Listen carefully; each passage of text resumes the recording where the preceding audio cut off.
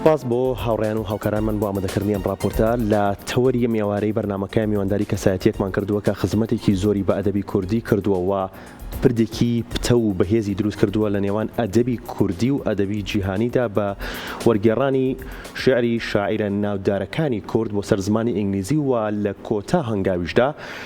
شعری شاعیرانی جیهان شعری قوڵترین شعرەکانی شاعیرانی جیهانی کردووەتە سەر زمانی شیرینی کوردی و لە دووتوێی کتێبێکدا بڵاو دەکرێتەوە. کتێبەکە بە ناونیشانی چەمی ڕۆح یان گوڵچنی زیاد لە 300 شعری جیهان. ئەویش زۆر بەڕێز دکتۆر ڕێبوار فەتاحە وەکو نووسەر و وەرگێڕ کە میێوارەی میوانداریمان کردو. دکتۆر سڵاو دێبێ و زۆر بەخێر بێت.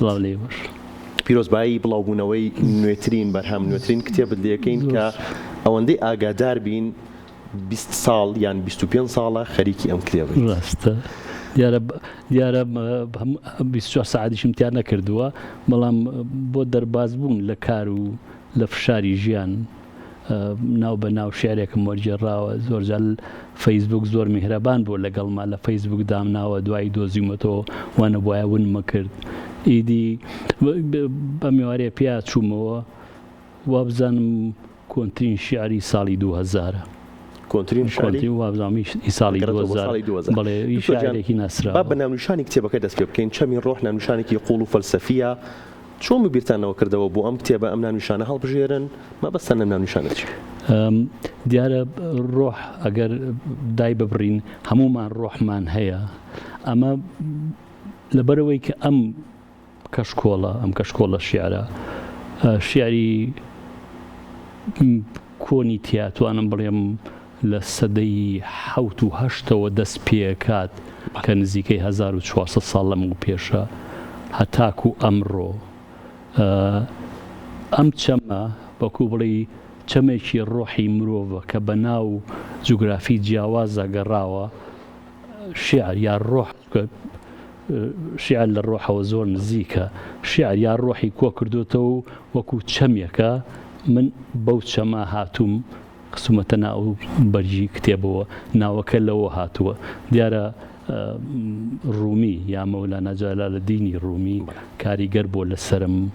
زۆر هەر شاعیرانی سۆفی زۆر کاریگەرن لەسرم. ئەو ڕۆحەش کاریگەری ئەوانی لەسرە بەڕاستی. دەستی خۆش بە دکتۆرجیان، سوپاس بۆ ڕوونکردنەوەیت. و پێمان بڵێ بەر لەوەی کە بچینە سەر ناوەڕۆکی کتێبەکە چی وای کرد کە تۆ بیر لەوە بکەیتەوە شعری شاعیرانی ناوداری جیهان وەربگەڕیتە سەر زمانی شیرینی کوردی کە بە پێچاوانەشەوە چەندین کتێبت هەیە؟ ڕاستە، ینی بەڕاستی نازانم چۆن دەسم پێکرد، بەڵام هەر لە مناڵیەوە من شیعرم نووسیوە وا بزانم یەکەم شیعری بڵاو کراوم لە هاوکاری بەغایە لە هەفتاکان ئاچێتەوە بۆ ساڵی 1970. لێرە یەکێ لەو شیعرانم داناوەکو نمونەیەک. یەکەم شیعری وەرگێڕاویشم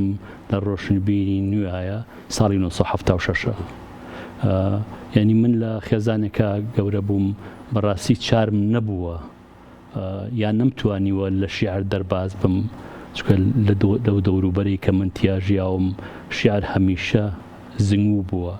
من کە هەرکە لە دایک بووم ئێمە مەکتەبێکی گەورەمان هەبووە لە ماڵەوە شیعری کۆکراوی شعری شاعیرانی جیهانی تیا بۆ لە عەرەبەکانەوە بۆ ئەوروپیەکان بۆ کوردەکان. ینی کە من چوومەتە ماڵێکی کە کتێبخانەیان نەبوو سرم سوڕماوە. ڕەنگە ئەوانە هەمووی کاریگەر بوو بێ لەسەرەوەی کە من حەزم لە شیعر کردووە. ینی حەزەکەم ئەوەش بزانم کە من فیزیا و ماتماتیکم خوێنووە.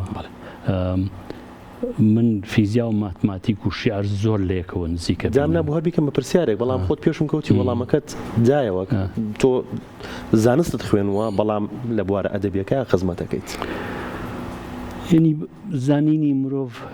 ینی مە پرسیارێکە قەت ڕزگارم نابێلی بۆ هەر جێگەیە بچم و پرسیارم لێکەن. ینی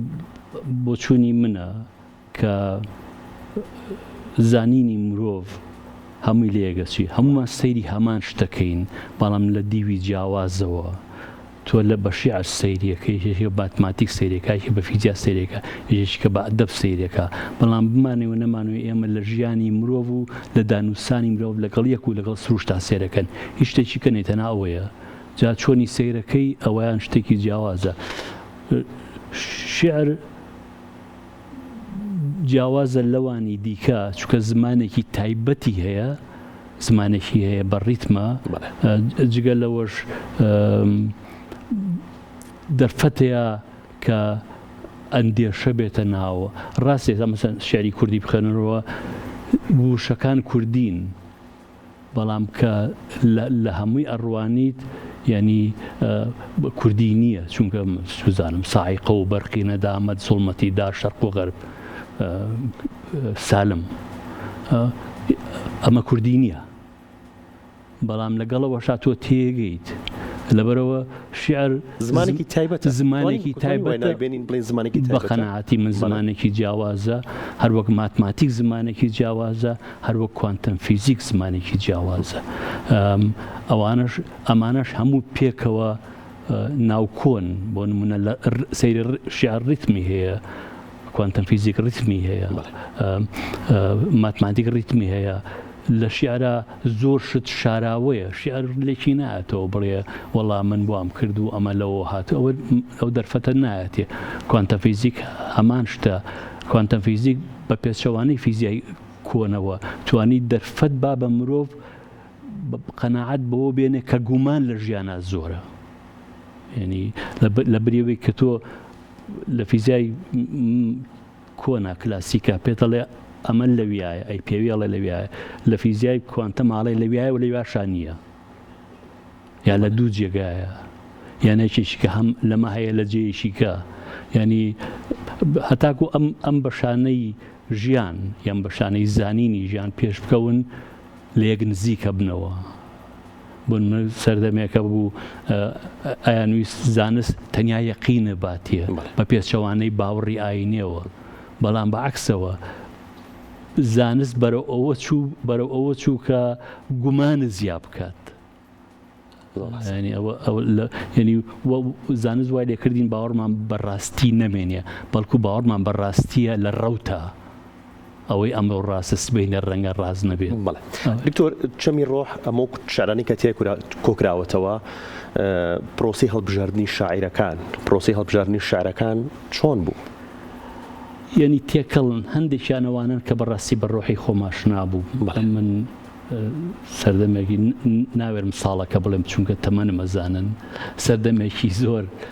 لە ئەوروپا ژیاوم لە بەریتانیا ژیاوم شیعر هەمیشە لە باگراوەندی منا بووە شێرم بخوێنەوە هەندێک شیعرم حەز لێ بووە لای خۆم هێشتومەتەوە بۆ نمونە شیعر هەبووە کە زۆر پێی سەرسام بووم یا لە پڕێکا لە شیعرێکەوە دەرکێکی بۆ کردومەتەوە پسمەژیانی شاعیرێکەوە سێرم کردەوە سەرسام بەو شاعری چەند شاعری تایە دکتۆر؟ 60 شاعری شاعرەکانیان کۆکراوەتەوە لەم کتێبە 60 شاعر 200 شعر 170 هایکوی جاپانی دوو جۆر شعری تیا شعرێکیان لە زمانی زگماکە و وەرگێڕاوە یا ئینگلیزیە یا فارسی عەرەبی ئەوانی دیکە کە ئەو سێ زمانە نین دەستی دوون ئەمەش دیارە جێی پرسیارە باش ئەگەر بڵین شارێکمان پێشکەشکە شاری ناو کتێبەکەمان پێشکەشەکە یان شارێکی ترمان پێشکەشەکەی شێری ناو کتێبەکەتان پێشکەشەکەم کتێبەکەم بۆ هێنەوە با دانیشتنەکەمان چێژ بەخشتر بێت باشە فەرموو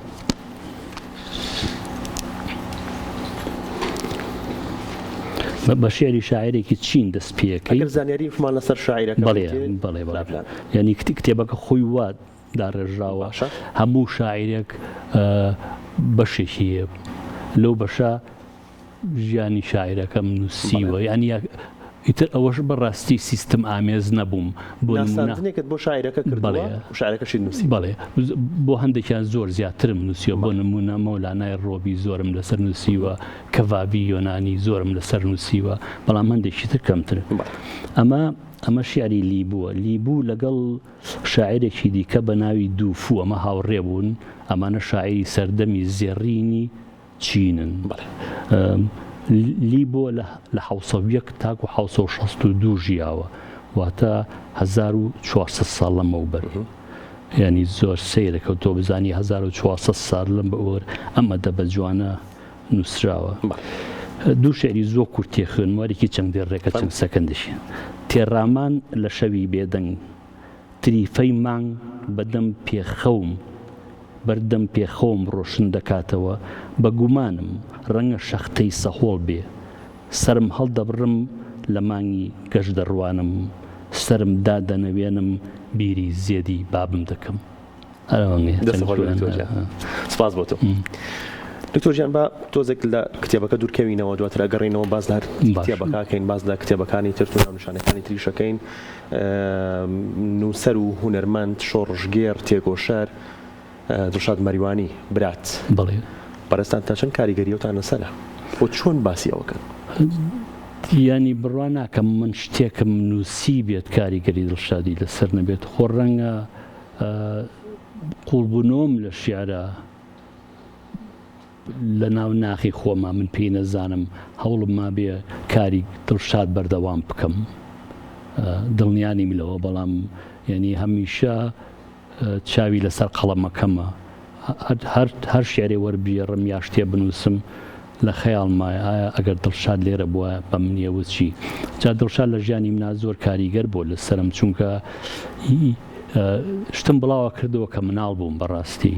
جارێکیان شتێکم بڵاو کردبەوە سێرم کرد دڵشادی برام من ئەوەنگە مناڵ بووم لە فوتبۆڵە ناتبووە لە کۆڵانیاریمانە کرد شتێکم بڵاو کردەوە دڵشاد وتی کەسێک شتێکی بڵاو کردەوە بە ناوی خۆم بوو نەمەنووسی لەواتێ زۆر کاریگەری هەندێک ڕستەی تیابوو وتی هەر کە ڕستەی منە وەڵام منیش پێکەنم وتی ڕێبوار تۆیت وتم منم وتی ئەم جارەکە شتێ نووسی بێ بە من بووت بەڕاستی چەند شتێکم نووسی ئەو چونکە لە بەغا ژیا و لەگەڵ دەستگای ئەوختە دەستگای ڕۆشنبیری کوردی هەمووی لە بەغا بوو بەشێک بوو لە قانونی حکمی ذاتی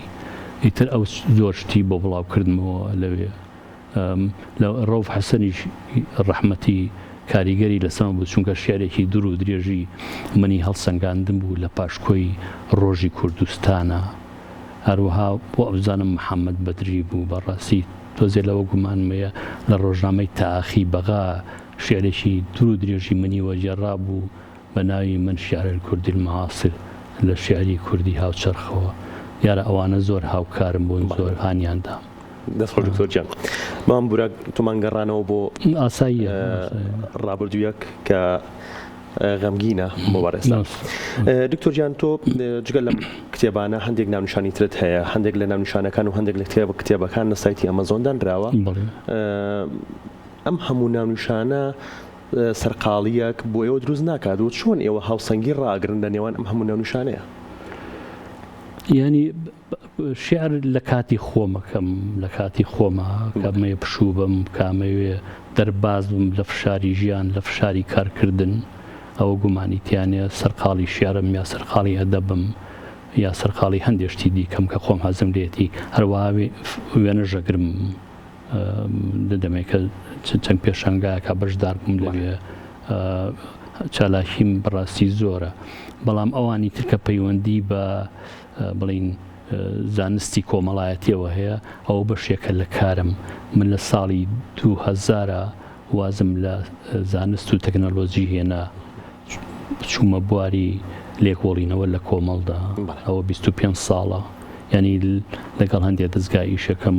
ڕەنگە لەو 25 ساڵە لە مەراکیشەوە بۆ ئەفغانستان لە تورکیاوە بۆ یەمەن نزیکەی ناوێرە بڵێم 8,000 بەڵام لەگەڵ تیمی کۆمپانیەکەمە لەو ژمارەیە ڕیپۆرتمان نووسیوە. دەستەخۆش بە دکتۆر گیان. دکتۆر وەرگێڕان جۆرێکە کارکردن وەرگێڕانە جۆرێکە بەڵام وەرگێڕانی شەعر ئاسان نییە جۆرێکی ترە شێوازێکی ترە. چۆن شارەکان وەرەگەڕیتە سەر زمانێکی تر ئەگەر زمانەکە بیانی بێت بۆ سەر زمانی شیرینی کوردی و بە پێچەوانەشەوە قورس نییە ماناکەی واتاکەی تێک نەیات و شارەکەش وەربگەڕیتە سەر زمانێکی تر؟ ڕاستە ینی ژیان هەمووی ئەزمونە بەڕاستی ینی زۆر کەس وازانێت کە تۆ دوو زمان زانی ئەتوانی وەربگێڕیت یان ئەتوانی شعر وەربگێڕیت. خۆ من لەو شعرە سەقەتانە زۆرە خوێنمەوە بەڕاستی بەڵام وان نییە نمونەیەکی هەنمەوە هەمیشە ئەگەر تۆ شمشێرێکی زۆر چاکم بیتێ نازم شمشێری شێر لە مێژووی مرۆڤایەت یا زۆر بەهێزە ئەلەکسەندەری مەقدۆنی شمشێری ئەلەکسەندەری مەقدۆنی بەو خەرە گۆڕەپانی جەنگەوە هەر بەرزی ناکەمەوە کوژراوم هەچ کەسێشم شێرێکی پێبوو جەنگاوەر نییە لەبرەوە هەر کەسێک دوو زمانی زانی بەڕاستی وەرگێڕ نییە نابێ بۆ وەرگێڕ و بە تایبەتیش وەرگێڕانی شیعر یعنی ئەوە هیچ ئەوە بە ئینگلیزی پێم پڕێڕێکی وزێت ئەوە سەرەتایە بۆ ئەوەی کە زانی دوو زمانەکە زۆر بە قوڵی سەرەتایە بۆ ئەوەی کە تۆ بتوانی وەربژێڕی بەڵام بۆ شیعر ئەبێ بەڕاستی بزانی شیعر بنووسیت ئەگە خۆ نەزانی شیعر بنووسیت من شاعیر نیم بەس شیعرە نووسم ئەگەر نەزانی شیعر بنووسی ئەگە نەزانی پێکاتی شیعر چۆنە ناتوانی وەربژێڕیت یعنی هەندێک داهێنانی شەیە لە وەرگێڕاناوێ بیکەی بەڵام گومانیتیانێ هەموو ئەوانەی تریش کە من کردومە بەشێکن لە ئەزمموی من کە هیوادارم یارمەتی خەڵکی کابەکە سەرقاڵی وەرگێڕانن بۆ نمونام ئەم کتێبە لە زانکۆ زۆر گرنگە خۆ مامۆستاکاتوانێ بڵێ ئەم پیاوە ئەم شیعری ئاوا وەرگێڕاوە ئێوە ژۆری بیێڕم زانیم ئێوە بە زووشەکانیەوە بەکارمەهێنن ئەمە دەرسێکی جوانە بە بۆچوونی من وەرگێڕانی دەق ئەگەر دەقێک چەند وەرگێڕانێکی هەبێت ئەمانە پێویست ناکات ناکۆک بن تەواوکەری یەکن چونکە ئەو شانەی کە منەی زانم باسی زمانی کوردی بکەم ئەگەر یەکێکی کە وەرەگێڕێت بە شەرتی وەرگێڕێکی باش بێت ئەو شانەی ئەوەی زانێ ڕەنگە ئەو شانە نەبن کە منەی زانم شیعری ڕوشەیە ڕێنگاو بە جۆرێکی کە دای ڕێژێ من بە جۆرێکی کە دای ڕێژم لەبەرەوە یعنی من بەڕاستی هانی مامۆسانی زانکۆ ئەدەم کە ئەمە سامانێکی گەورەیە بۆ زانکۆ چونکە ئەمە شیعری 60 شاعری گیانیە لە سەدەی هەشتەوە دەست پێەکە تاکو سەدەی 20 دەستە خۆش بێت دکتۆر دکتۆر ناسانی کتێبەکە کەیە بێت ناسانی کتێبەکە CDO ڕێکی خستۆ هەر لە باخچەکەی ئەوانە سەعات 3 ڕۆژی پێنجشەممەیە سبەینێنە دوو سبەی ساعت 3 ڕۆژی پێنجشەممە کتێبەکە زۆر باشە لە تەواوی کتێبخانەکانە بەردەسە بێت دواتر بەڵێ کتێبەکە بڵاو کراوەتەوە کتێب بەڵابلەوی بۆ ناسان نەکەی ناسانی بۆ زۆر باشە دکتۆر ئەوەندەی ئاگادار بین کە خەریکی نووسینەوەی بیرەوەریەکانی خۆتی بە زمانی ئینگلیزی باشە ئەم هەنگاوە بەرەو چۆ گەشتووە بەرەو کۆتایی گەشتووە و پێشمان بڵێ بۆ بە زمانی ئینگلیزی و بیر لەواکەیتەوە کە وەری بگەڕیتە سەر زمانی کوردی یان بە زمانی کوردی ئەینووسیتەوە جارێکی بەڕاستی بیرم لەوایان نەکردووە بە زمانی کوردی ئەگەر بە زمانی کوردی هەبێ بینووسمەوە نەگوەری بژێڕم چکە دوو شتی زۆر جیاوازن بەڵام بە ئینگلیزی نووسیومە یعنی من هیوادارم 5 بەشوی ئەمە بەشی یەکەمێتی ئێستا 32 چاپترە 32 بەشە هەمیم تەواو کردووە لە چەند چاپتەرێکە پێویستە دەستکاری بکەم لەسەرەوە وەستاوم دیارە سەفەر و هاتن و ئەوانەش تۆزێ کاتمەگرێت بەڵام بیرەوەری من ینی ئەوە نییە بڵێ گێڕانەوەی ڕۆژانە نییە بەڵکو کەمێک ئەندێشە سازە دەستکاری کەسایەتی و ئەوانەی من ناسی و من لە ژیانە و ڕووداوەکانم نەکردووە بەڵام بۆ جۆری لێ بەیەکەوە دادەنووسێن ئەندێشە سازە ئەنی شتێکی جیاوازە بەڕاستی باش بەردەوامی هەیە نووسینەکەی تەواوم کردووە بەڵام ڕەنگە کە گەڕامەوە بۆ بەریتانیا بە دوای خانەیشی وەشانە بگەڕێم بۆم چاپ بکە هیوادارین دەسەپەرگیان سپاس بۆ تۆ سپاس بۆ کاتی بە ئێمەت بەخشی سپاس دەکەم زۆر خۆشحاڵت کردم منی شەروەها سپاس بۆ تۆ